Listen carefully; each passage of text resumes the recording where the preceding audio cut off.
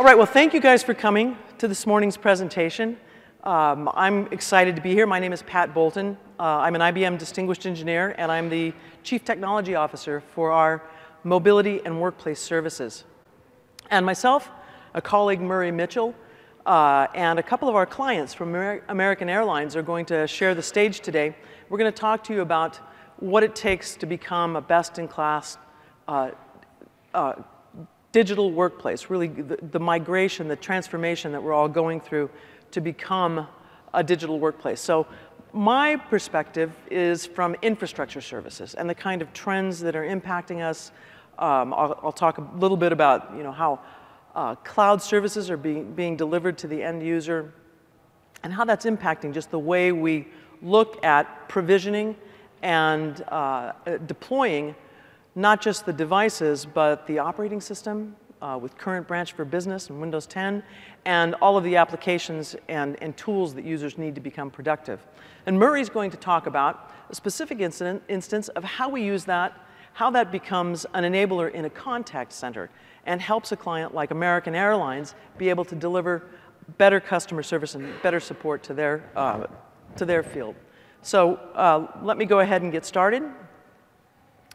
So I already mentioned that this view of the new workplace, we're really referring to as the digital workplace. You know, for a while we were back in the PC life cycle, and we were very interested in deploying and managing just a single endpoint, PCs. And then mobility kind of came in, and now we've got phones and BlackBerries to manage.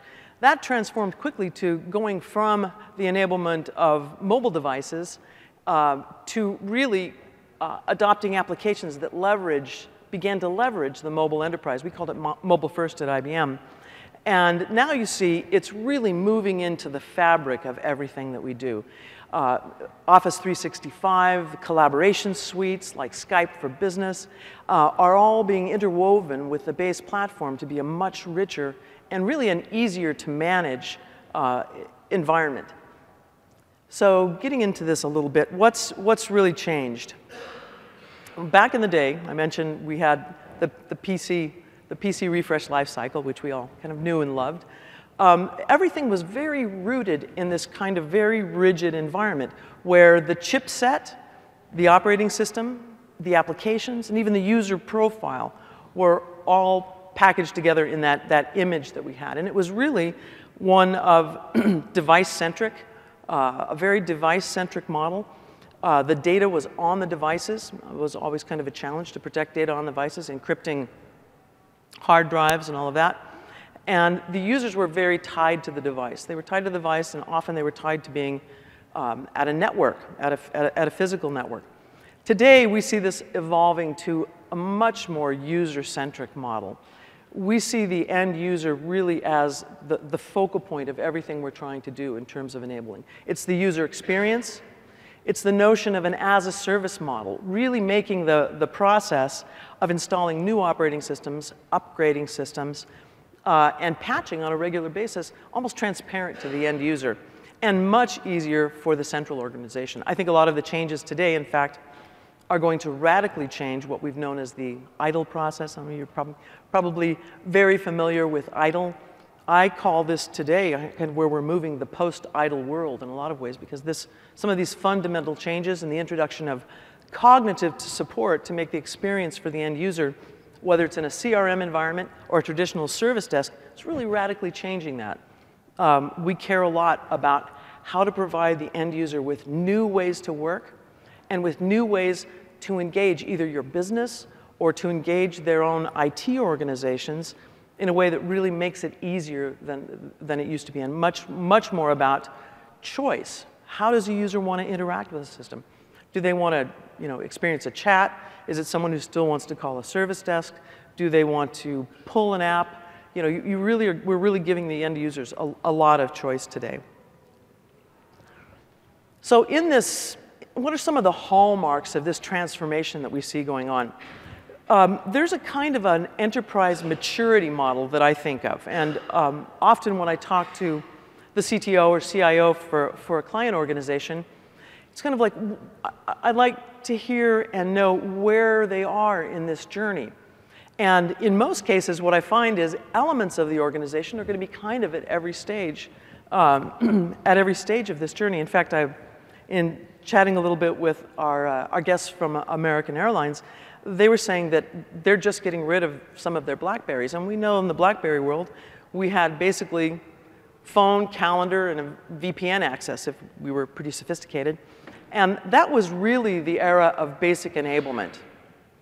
Just establishing some enterprise policies, beginning to allow mobile access to your environment, syncing calendars. That was really the first wave. Then for a long time, we've been talking about mobile productivity. How do we leverage the mobile platform? How do we allow people to bring their own devices? Because as many of us have found out, certainly within IBM, they're going to do it anyway.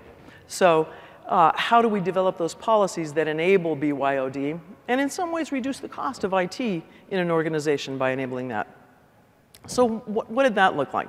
We were understanding what the employee needs were around mobile devices, developing a more sophisticated mobile strategy, perhaps by use case, beginning to understand how we would deploy devices and what we would allow by end user and their role in the organization. And we were building these, building a more robust capability for deploying mobile devices, mobile phones, Androids, iPhones, Windows phones, just a whole set of, a whole much richer set of devices that the end user could use or choose to work from. The transformation to the digital workplace, in my view, assumes that we have a mobile-ready environment.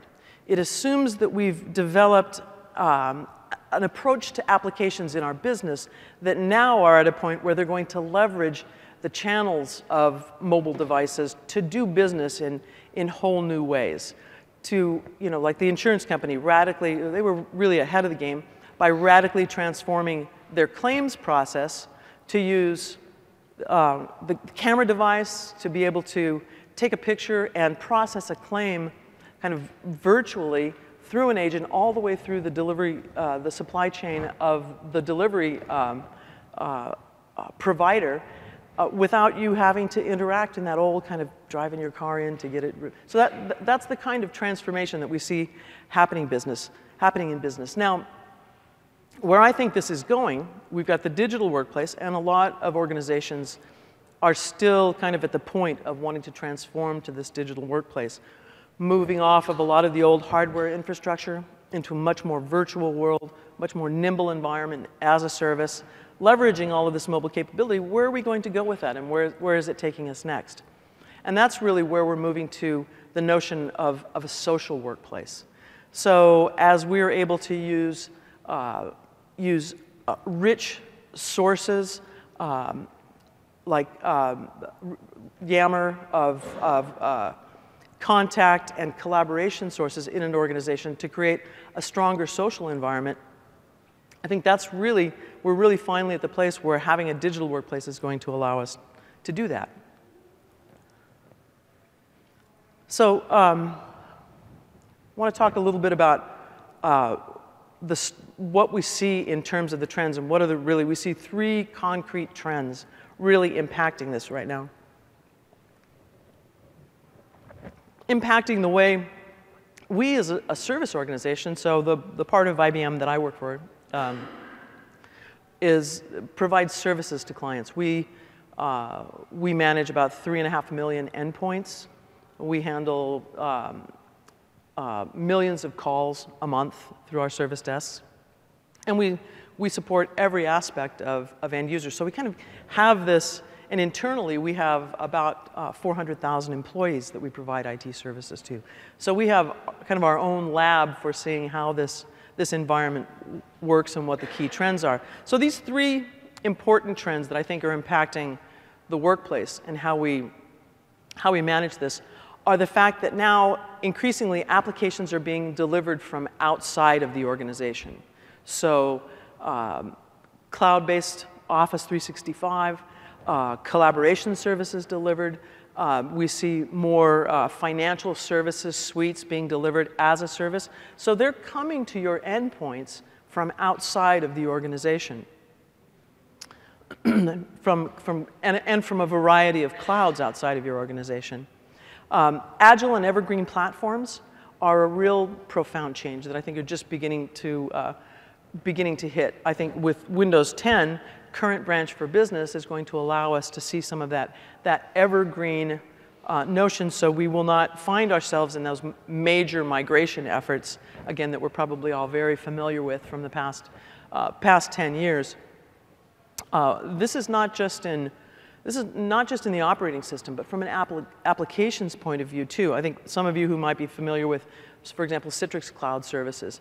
Now, all of the back end, what you used to have to upgrade in the environment, are being upgraded in the cloud and delivered as a service.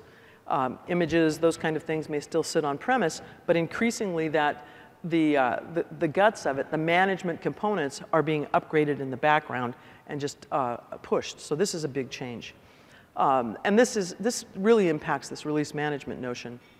Extending the capabilities of device management, for many years we've had MDMs, mobile device management companies that provided primarily, worked a set of commands that could work with the API of any device, of a mobile device. So you had, a whole field of MobileIron, AirWatch, FiberLink, all of these other sources that were out there just managing devices. We think that whole notion of device management is shifting. It's moving up, it's becoming lighter and cross-platform. So, I kind of think that in the future, much in the way that Intune is becoming part of the way we manage mobile devices, and it's built into the fabric of the operating system and of Office 365, we see those MDM functions kind of moving up the stack. So they're no longer just managing a device, but they're really looking across devices. So we think that it's going to become a thinner device management layer and capable of driving, any end user device you have. It's a PC, increasingly even some components, wearable components, phones, tablets across the board, that we'll be seeing the same kind of device capability managing that whole area. So that's affecting the way organizations have to provide services to the end user, and it's affecting the way services companies provide to the end user. So we think that overall, this entire digital workplace, instead of being our old ghosted images, will be delivered largely as a service. So in fact, we think of the operating system now, we call it, within our delivery environment, Win 10 as a service. So we're thinking of this instead of one major deployment of providing that kind of monthly consumable consumption-based service. Services and applications are provisioned internally and externally from the enterprise, so being able to broker and understand what your whole licensing program is, that's really kind of changing the way we think about services. Enterprise software distribution, and one significant change is the fact that cognitive, from a services perspective, the combination of analytics and automation. When I think of analytics and automation, you have to monitor things so you know what's going on. Then you have to have some algorithms to say, okay, now I know what's going on, what do I want to do with it? And then you've got to actuate, you've got to understand what you need to do to actuate that, the automation piece of it. When you turn just that kind of automation into cognitive, what you're doing is you're putting that whole process in context of learning, understanding patterns and being able to automatically learn that. So moving to a point where we're applying automatic fixes, analytics, the understanding of performance, application performance at the glass, at the end user device level. This is really kind of bringing the idea of automation and cognitive, in some ways like we've thought of in data centers, out into the end user devices. And this I think is going to have a profound impact on how we manage and really what we can do with devices. This also challenges IT to think of itself a little differently. So if we have all of these pieces that are working, we've got applications coming from outside, the world. We've got mobile device management now being embedded into the systems. Our goal, and the way we think about this environment, is to create a composable workplace. So any device that you have, when it's delivered to an end user, can automatically connect, understand what the components are, and it will be shipped with the image that it needs. No longer are you ghosting images and provisioning them in that way, but it arrives, you open it up, it connects automatically to an environment for authentication of the end user. It's able to establish a working environment very quickly for an end user, so there's not this huge delay, and they begin to pull down the applications in the context of the platform that are needed to make that device work in the context of an organization, and do that in the background automatically. Then we have app stores that can be provisioned and enabled by user type or user profile. So we see this, we're thinking of this in terms of the notion of a composable workplace. What we like to say is that, you know, one of our kind of guiding lights is the essential purpose of workplace technology is to securely deliver the appropriate IT and business capability to the end user on their device of choice based on the IT policies and the user's role in the organization. That's kind of a long sentence, but really this is most succinctly what we're trying to do in the workplace environment today. Now that requires that you understand a few things about your environment. And what we found is that there are these three things: the user, knowing the user and understanding the user's role in the environment; the applications, what applications, not just what applications are people asking to have installed, but what applications are they opening up? What are they using? How much are they using them? Really understanding your application usage patterns and understanding what your devices are. So your devices, your applications, and your users, knowing them to a better degree than we have before, is really important to this notion of creating an environment where you can compose a workplace. You can compose it from native applications that are pushed to the device or the environment. It can be hybrid applications. Some of you know where you've got part of it running in an HTML environment and part of it being served from the back. I think some complex, complex elements of SAP or something like that. Maybe using a mobile application that's native to the device to consume or leverage the channels on the device, and using the back-end processing and syncing those things. So that notion of really hybrid on the device, or being served completely from the cloud, as cloud-based Office 365 productivity suite might be. So that idea of being able to take your policies and the user's role in the organization and compose that workplace, we think are going to make a real powerful difference to the ease of deploying devices. A couple of points on the bottom of this slide are really, that's really a little bit of an IBM advertisement there. Just the fact that we are a leader in Gartner, Forrester, and Current Analysis for our workplace thinking, for how we're envisioning this future, and our ability to deliver those services.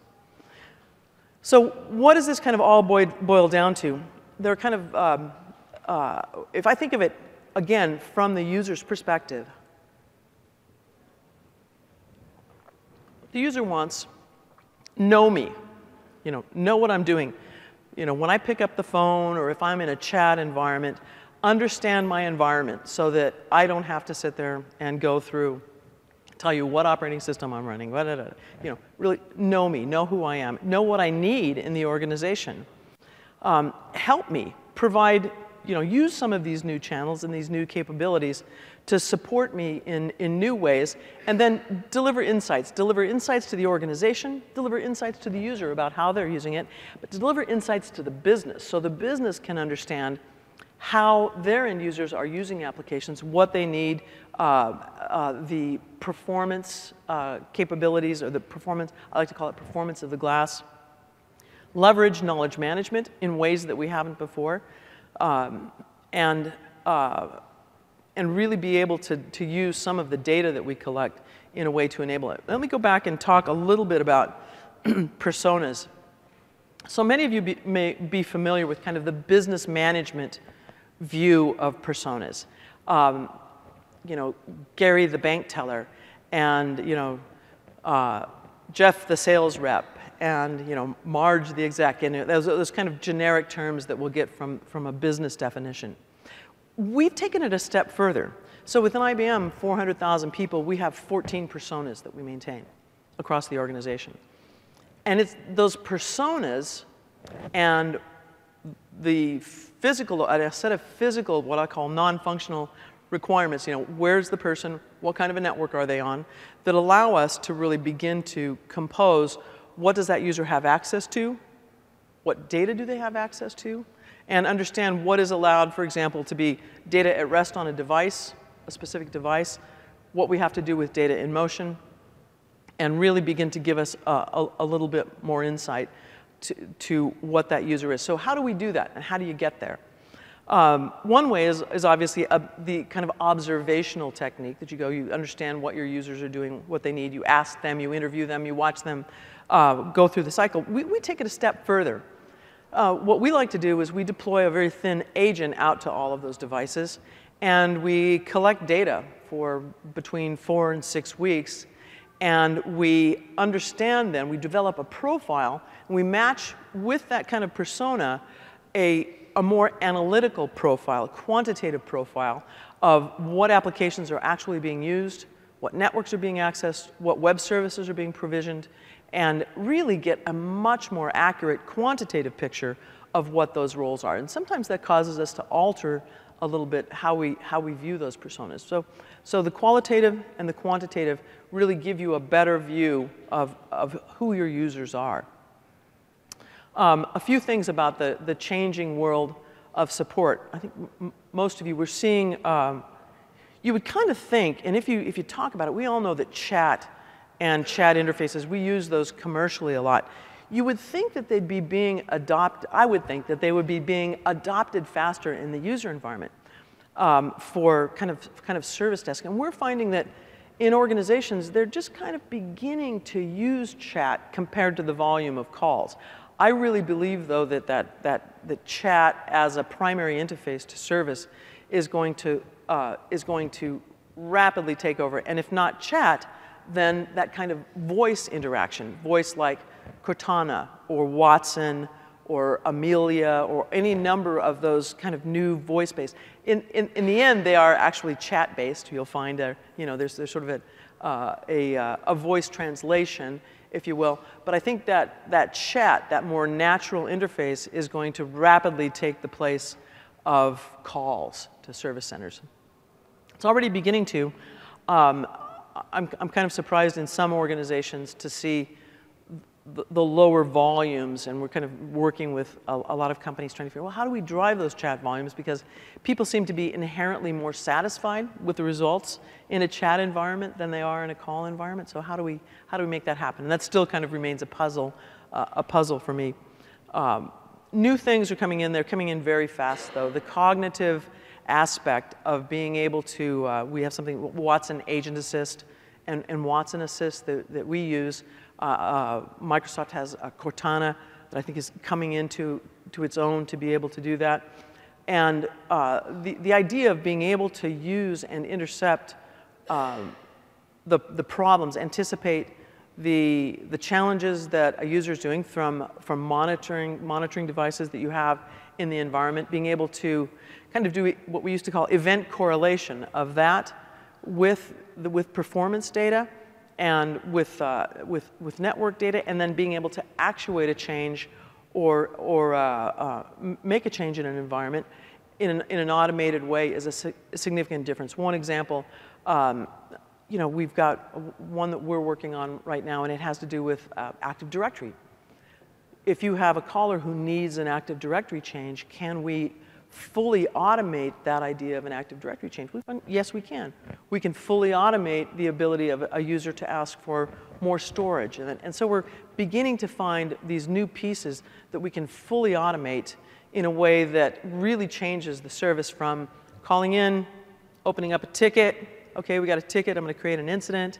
And now from that incident, you're going to pass it off to a resolver group who's going to call back. All of that whole chain of what's been associated with systems management and service management environments, I think is going to be radically changed by cognitive. And we're already seeing it happen and kind of thinking of, all right, well, incident, problem, and change, what we've known from kind of the idle perspective, is really going to undergo some pretty significant changes where we find that we can fix things in an automated way. You never need to go to incident. Problem becomes more automated. So I think that's going to really change. And then the release management piece of it, if you're having releases handled in the background, you're getting current branch for business, and that's coming down, that's really going to create that whole application release, packaging, and test environment. So this whole area is changing pretty rapidly. I want to give you a few examples of how, in this new world of going from just the notion of mobile to a digital transformation, has made a significant difference in a few different types of clients and in different ways. So the first one I wanted to mention is a global energy company, an oil and gas client. And this client was essentially a ground-up replacement of their old physical communications, unified communications environment with a Skype for Business environment.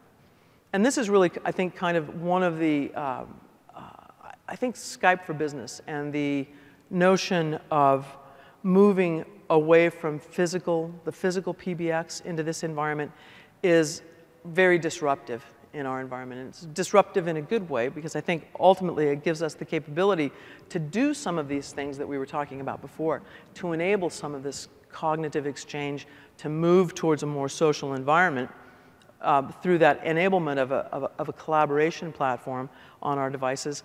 But it also reduces the cost of supporting your environment, makes changes easier, makes moving whole organizations easier. It makes it much easier to ingest employees in a more dynamic way globally, whether it's seasonally.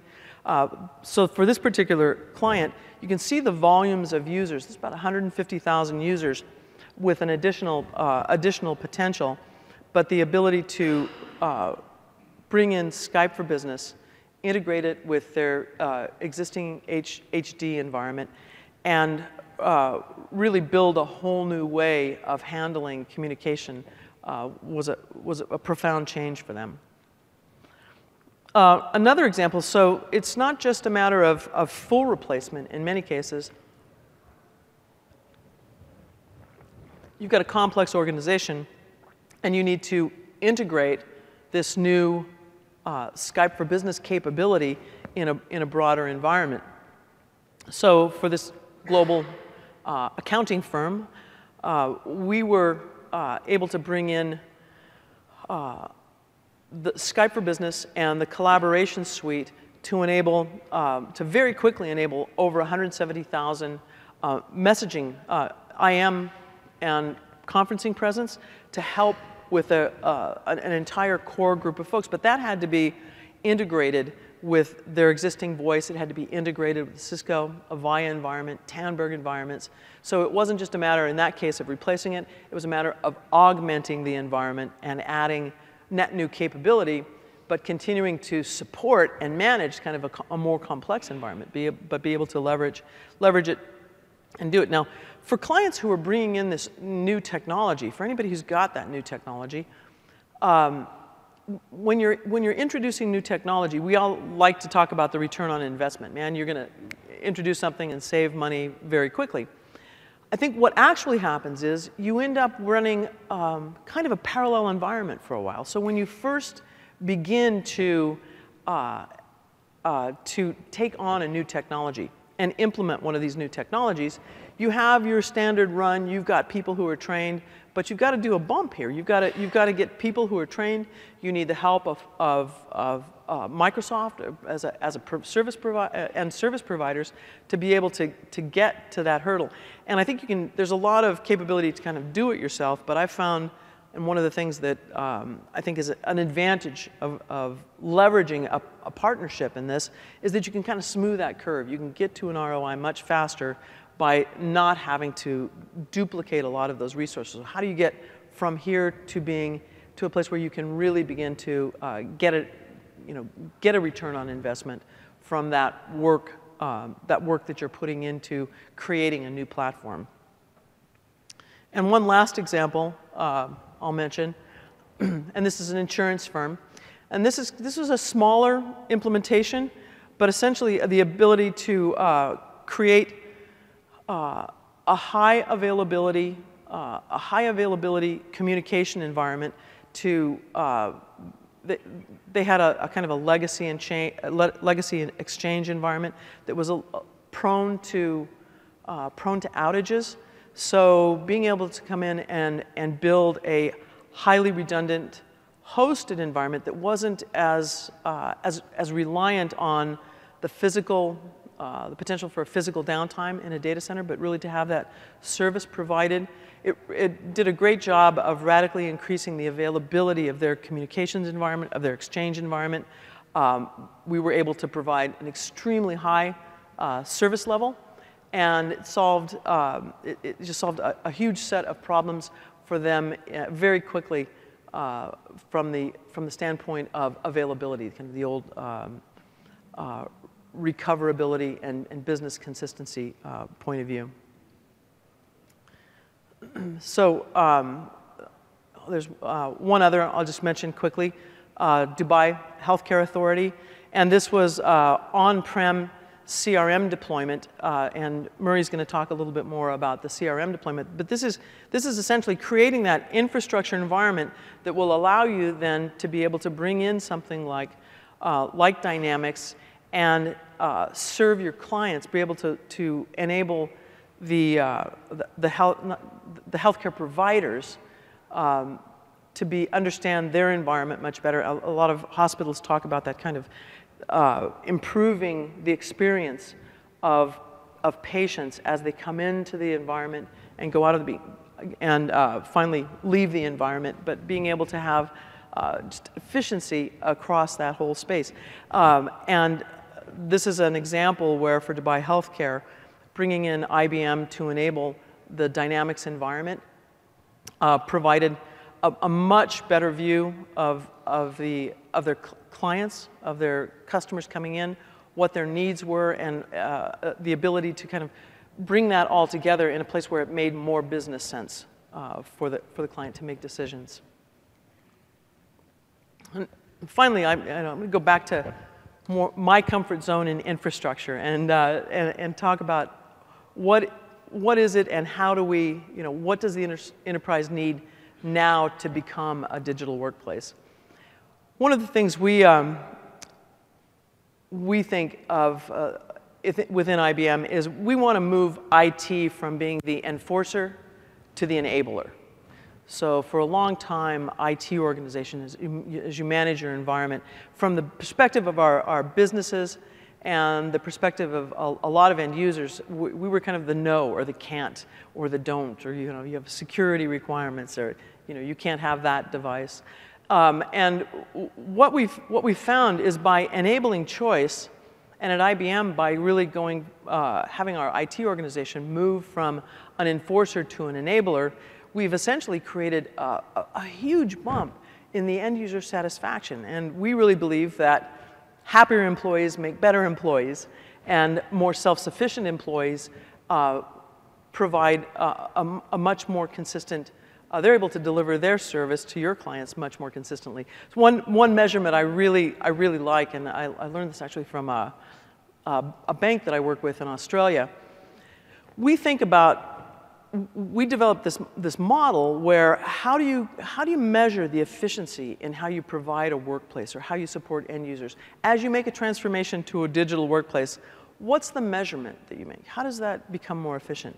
And what we decided was it's really about the number of minutes of productivity that you return to the end user. So how much time does an end user have to spend futzing with their devices, or on service calls, or waiting for a call back from a resolver group?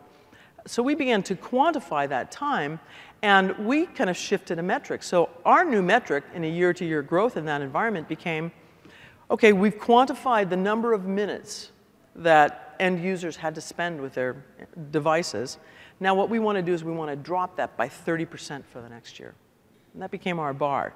We want to drop the number of, and we did that through dropping the number of incidents, enabling users with the devices they wanted to use in the way they wanted to use them, and providing a greater degree of self-service, multi-channel interfaces to support.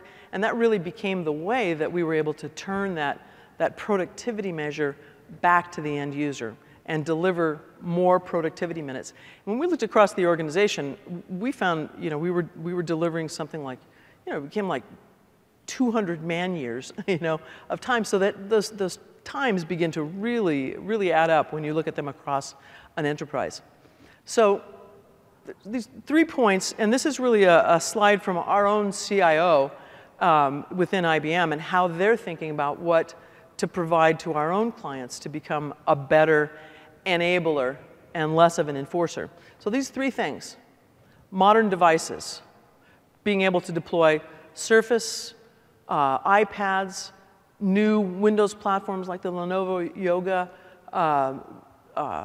Macs for those who want Macs, but being able to deploy modern devices and keep up with this kind of every 3-year consumer churn. Some of those devices may be wearable, and increasingly they're wearable, but really modern devices, providing user choice and being able to get them in their hands pretty quickly and without a lot of pain. Modern tooling to enable secure access, platform-based app stores, so that when you get a device, you're able to, that app store is ready and you can pull the applications that you need down, and automated provisioning. That kind of modern tooling, we're expanding our use of SCCM and Active Directory to enable some of that modern tooling in our delivery, using SCCM and new tools like Enterprise Mobility Suite and the secure, I may get the acronym right, SPE, Secure Productivity Suite, are all pieces of enabling that modern environment. And self-sufficiency and new support models. So for us, enabling those chat channels, enabling a Yammer listening channel to be able to support customers. Those are all things that are going into these 3 key areas: modern devices, modern tooling, and new self-sufficiency and support that are helping us create happier and more productive employees. So with that, I'm going to introduce my colleague, Murray Mitchell, who's going to talk a little bit more about how we deploy CRM on this base of infrastructure and tie that into our services. Thanks. Pat, thanks. Appreciate your insights on the digital workplace.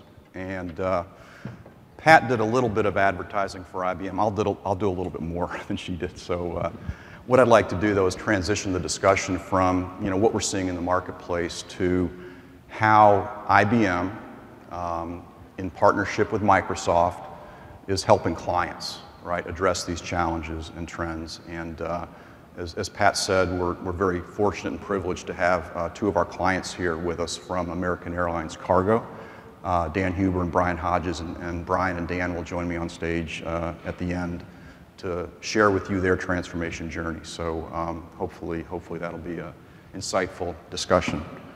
And I guess I should have practiced this ahead of time to make sure I've got it going forward. There we go. Okay. As Pat said, I'm responsible for our global Microsoft consulting practice. And as such, our group is charged with making investments in Microsoft technologies that are relevant to clients that we can bring to bear to help them in their transformation journey. Our strategy is pretty simple, right? It's a 3-pronged approach: deliver on cloud, embedded cognitive capabilities where appropriate, and then a sector or industry go-to-market and delivery approach. So when we talk about delivered on cloud, our group is very comfortable working in a Microsoft Azure environment, an IBM SoftLayer environment, or some other cloud provider of choice. And we've done all 3 in a private, public, and hybrid scenario.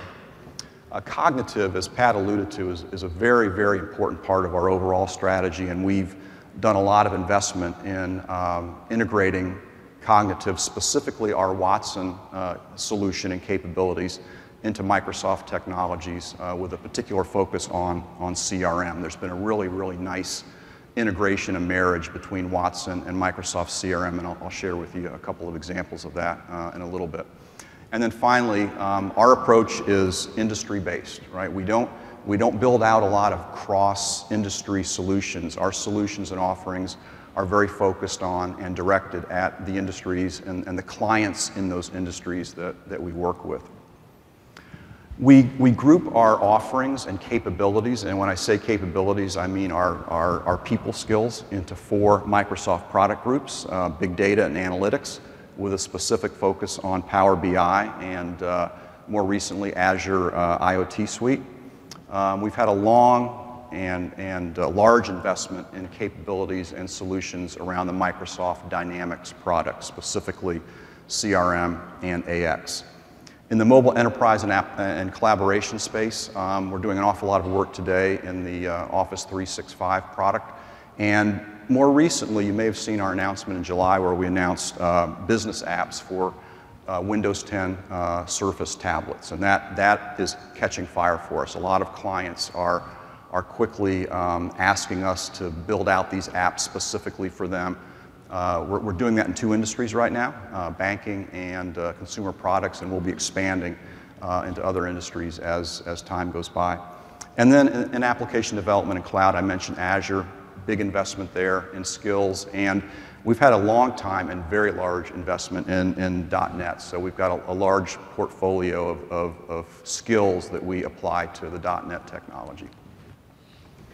We're a global practice. We have capabilities and solutions across 4 major geographies. In North America, that would be Canada and the US. In Europe, virtually every major country. Middle East and Africa. And then in Asia Pacific, the ASEAN region, China, Japan, and India, we've got long-time practices of individuals and solutions that we're taking to market in those geographies. We've got over 10,000 resources worldwide, so we've got a large portfolio of skills, and Microsoft has honored us with some awards, including their Inner Circle Award and President's Club Award, which they designate for their top systems integrators. I mentioned industry, and as I said, that's really a cornerstone of how we go to market, how we deliver services, and how we work with clients. We deliver Microsoft services across 12 different industries, and we build out solutions not in a lab. We don't have the build it and they will come approach. We actually build our solutions with clients and then commercialize them for other clients in that industry. A great example of this is our banking CRM solution. We built the solution initially with a very large bank in North America. Now we're commercializing it to other banks globally. We've integrated Watson into the solution, and we think Watson really supercharges the additional functionality that we've built into this banking solution. So we take the base Microsoft CRM application, we've built now 15 additional user scenarios, so we've added functionality specific to the banking industry, and we've integrated Watson. So as an example, if your bank is using this particular solution and you call in or you're chatting, you're talking to or chatting with Watson. And as an example, Watson has a tone analysis capability. So if you are being detected by Watson to have some level of dissatisfaction, whatever that might be, Watson immediately routes you to a live person. Watson also gives bankers the ability to upsell and cross-sell to customers based on products that they have or products that they should have based on their existing product set. So we've had great success with this solution, and we're building out similar solutions and have built out similar solutions in state and local government, retail, and insurance. So this whole cognitive element of digital transformation is really taking charge in a big way and really being radically accepted by clients all over the world. The other thing that we believe is a real differentiator for us is what we call design thinking. So this is something that we try to infuse in every one of our Microsoft projects. In a nutshell, design thinking is really about building experiences and products with a focus on the people that are actually going to use those experiences and products. So what we do is we engage business users at the front end of the project. We get them to articulate or ask them to articulate their business challenges, their pain points. We then come up with a set of ideas, which then turns into a solution that we prototype. So it's a tangible prototype that the business users can look at and determine, does this solution work for me or not? If so, we move forward. If not, we go back and iterate new ideas and come up with a new solution. So it's a very agile approach, closed loop system, iteration. And at the end of the day, it really is all about shifting the thinking from a traditional approach where you're evaluating software functionality to address a complex, often loosely defined set of specifications, to an approach where we're looking for very specific, very tangible business outcomes that affect the business user in a positive way.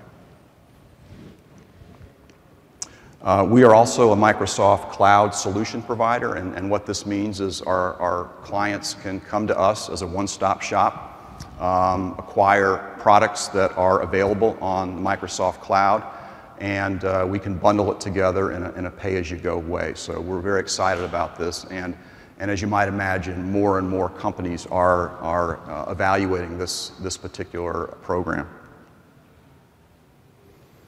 And so, just summarizing, why do they choose to work with us and Microsoft together? A lot of reasons. I talked about our global presence, so companies that are doing rollouts beyond one country oftentimes turn to us. Organizational change management. We think this is a real strength of IBM's consulting practice, and we believe it is a key component, if used properly, of project success, and if ignored, can be a key element of a troubled project. We like to, and oftentimes are articulating business value. So it's not so much about did the project complete on time and under budget, which are important elements of a successful project, but did we achieve business value? Did we define it up front, and did we achieve that business case? And we feel very strongly about articulating that before the project starts and then measuring that metric as the project concludes. We've got a lot of implementation expertise, as you might expect, and then again, the industry approach has been very successful for us. Right? We're not trying to build cross-industry solutions that are all things to all companies. We've got a very strong, deep, and big focus on building out industry solutions that address the needs of individual companies within those industries. Now, what I'd like to do is introduce Brian Hodges and Dan Huber. Brian, both are from American Airlines Cargo. I'd like to thank them for being here. And Brian is responsible for sales and marketing. Dan is responsible for customer experience. I'd like to have them come up and share with you their journey. I'll ask them a few questions, and then we'll open it up for questions if any of you have questions as well.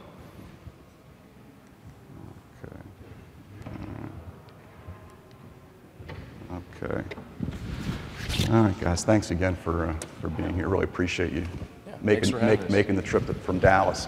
So maybe Brian, Dan, maybe first you guys could just describe the transformation project that you worked with IBM and Microsoft on, the business drivers, some of the business challenges that you all were trying to address.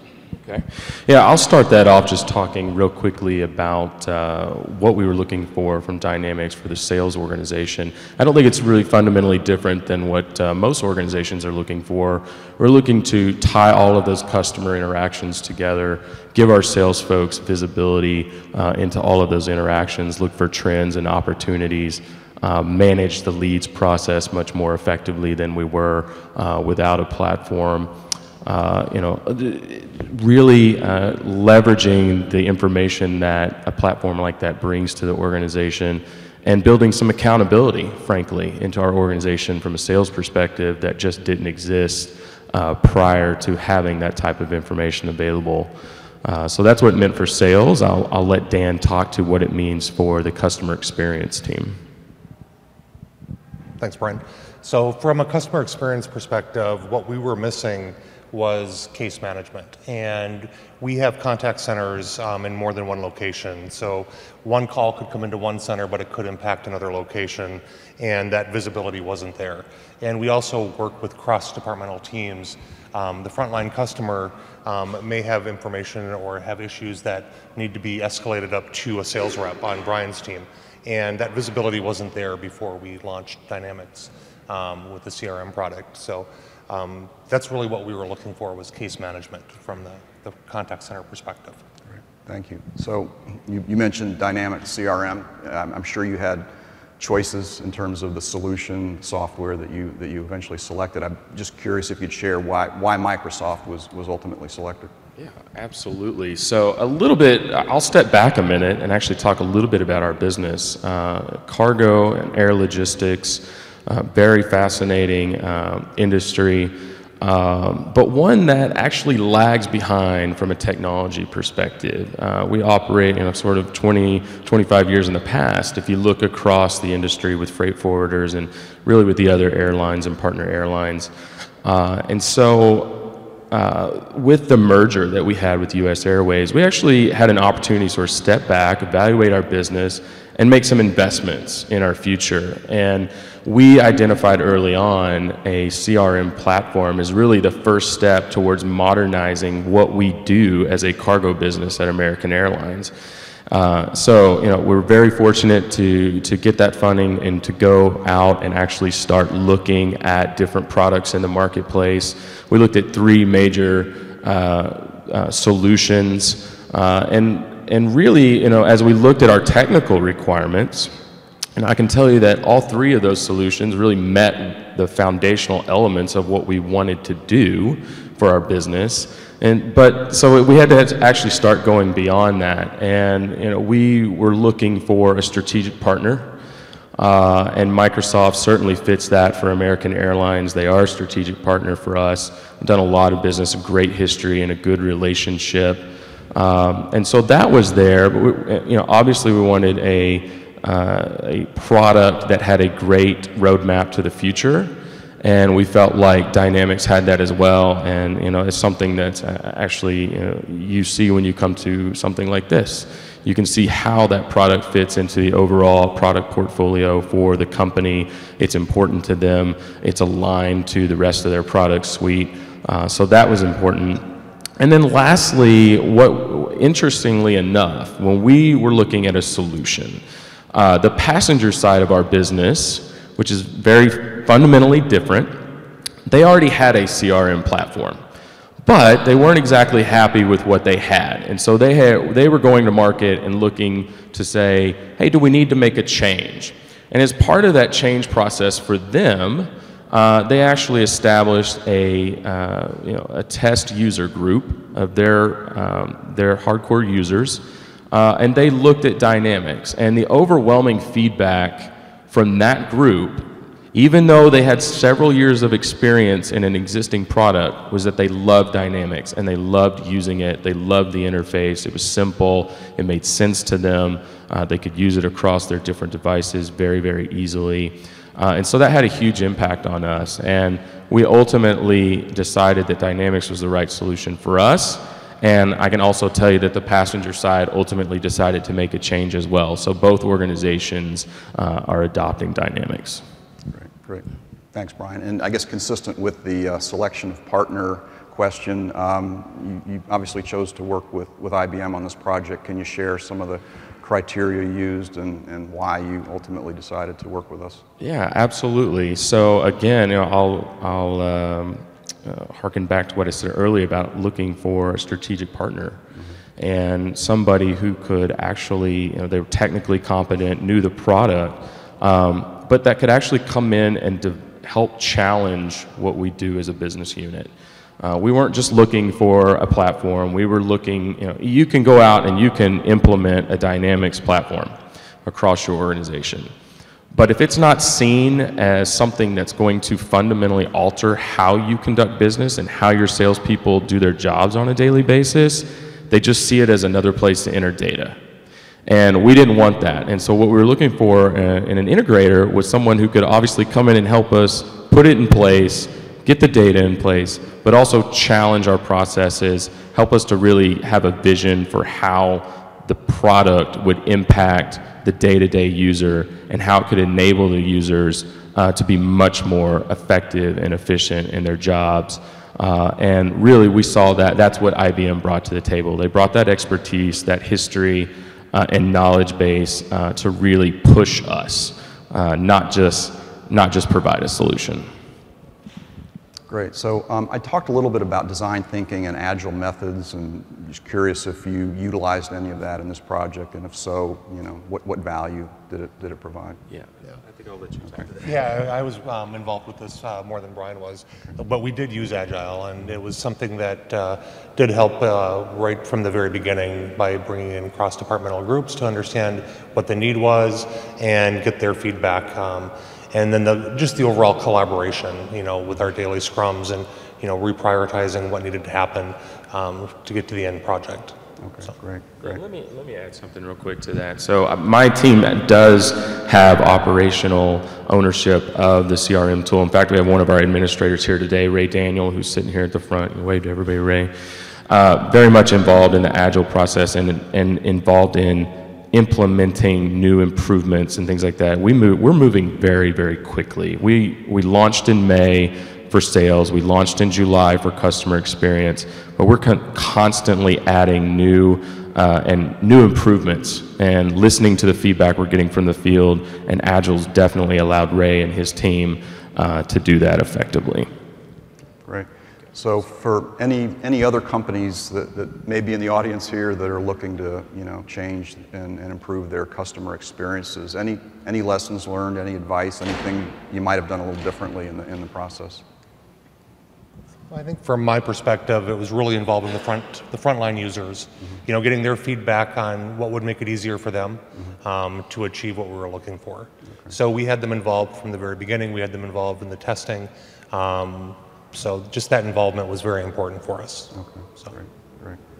And I know it's early in the cycle. I know that you went live just a few months ago, if I'm not mistaken. But have you seen any early value realization benefits that you can quantify? And if so, how are you measuring those? So my team launched after Brian's team, and for us it really is that visibility into our customers' interactions, and when there is follow-up needed. In a contact center environment, it can be challenging to pass responsibilities when you're in a 24-hour environment. This has helped by being able to assign the cases that need follow-up, and it can go between locations with ease. So. Okay, great. Yeah, I'll just follow that up. From a sales perspective, the amount of communication that's going on, not just horizontally across our different sales reps, but vertically in the management chain, it has increased significantly. It's great from where I sit to be able to hear our VP of sales have the conversations with his regional account managers, and I can tell that he's pulled up 360 and he's looking through opportunities in each of the different regions and giving them instant feedback. We're saying, hey, we need to see more activity, or why is this not happening, and what's the status of this opportunity. From a metric standpoint, which is now what my team is primarily focused on, we are seeing some very, very positive signs in a very short period of time around efficiency of the sales process, more success. It appears to us that reps are actually able to, every month over month, we're seeing more airway bills generated per opportunity than the prior month. That's a very, very important number for us, and one that we actually were surprised to see so early on. So. Okay, great. Well, before we open it up for questions from the crowd, I'll ask you guys if there's any other comments you'd like to make, anything that I might have missed in my questions. No, the value of the product speaks for itself. If you don't have one in your organization, you need one. We went a long, long time in our history without it, and it was probably for a good 10 years is what our sales managers were asking for the most. Even though they knew that it would bring a new level of accountability, scrutiny, they knew they absolutely had to have it to be successful. Okay, great. Well, thanks again, guys, for being here and joining us. We've got a few minutes left if anybody has any questions. We've got these mics set up, or you can yell and I'll try to interpret for everybody the question. And by the way, Pat's available too if you want to come up and join us, Pat, for questions. Yeah.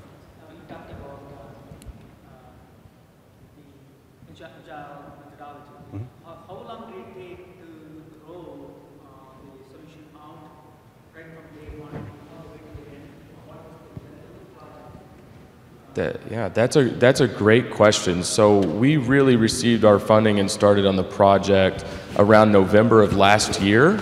And if you take into account the holiday period where you essentially lose a month at the end of 2015, we had a test solution up and running for our initial group of champions, I believe by March. So very, very short time frame. We're talking really 3 months effectively where we had a solution that we were iterating on and improving. And then about 45 days later, we were up and running in a production environment and we went live for sales. Yeah, so the contact center was followed about 60 days, not even quite 60 days thereafter. It was the same. It was the same length of time to get set up. So Brian's team started a couple months ahead of me. So we actually had the same roadmap for completion. I'll just add, at American Airlines, that is lightning fast, okay, for IT projects.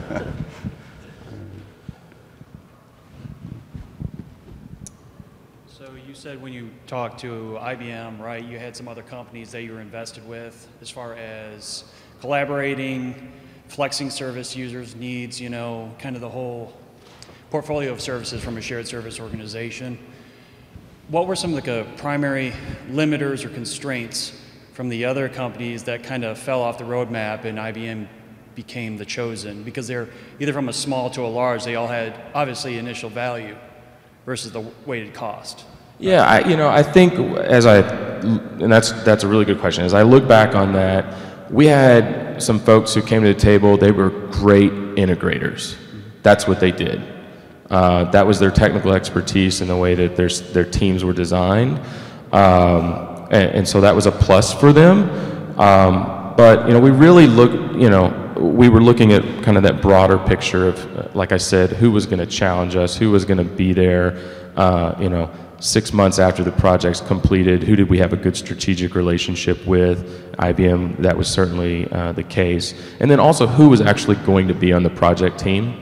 What types of resources were going to be embedded at American Airlines and for how long? That was very important to us. And at the end of the day, we just felt like those were the right answers and pointed towards IBM.